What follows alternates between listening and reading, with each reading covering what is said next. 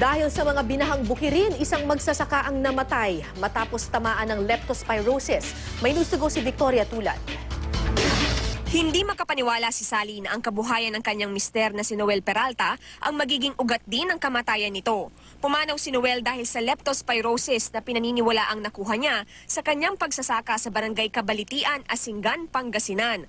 Una raw nasugatan sa paa ang biktima matapos makatapak ng kuhol sa bukid. Namaga ang paa niya hanggang sa makitaan siya ng iba pang sintomas ng leptospirosis tulad ng lagnat at pamumula ng puti ng mata. Ayon sa health office, hindi lang sa baha sa kalsada o bahay nakukuha ang leptospirosis, kundi maging sa mga bukirin, lalo na kung apektado rin ang mga ito ng pagbaha. Cause ng infection, nakukuha ito pag yung isang pasyente, ito pala ay occupational disease. Ang ibig sabihin, yung karaniwan yung mga magsasaka, farmers. Isa naman ngayon sa mga pasyente ng leptospirosis sa Pangasinan Provincial Hospital, ang 3 taong gulang na si Laika. Nakuha niya ang kanyang sakit sa paglusong sa baha sa kanilang barangay. Kaya patuloy na paalala ng mga doktor, huwag lulusong sa baha kung di naman kailangan at kung may sugat lalo na sa paa. Sa mga sugat kasi karaniwang pumapasok ang mikrobyo nagdudulot ng leptospirosis na galing sa ihi ng daga.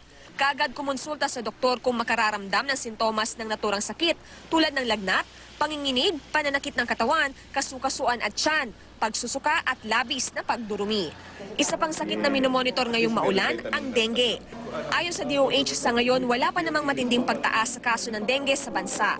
Pero mas mabuti nang maging alerto at gawin ang mga hakbang para mapuksa ang mga lamok na nagdadala ng dengue, tulad na lang ng ginagawang massive clean-up drive sa Lawag City. Victoria Tulad, GMA News.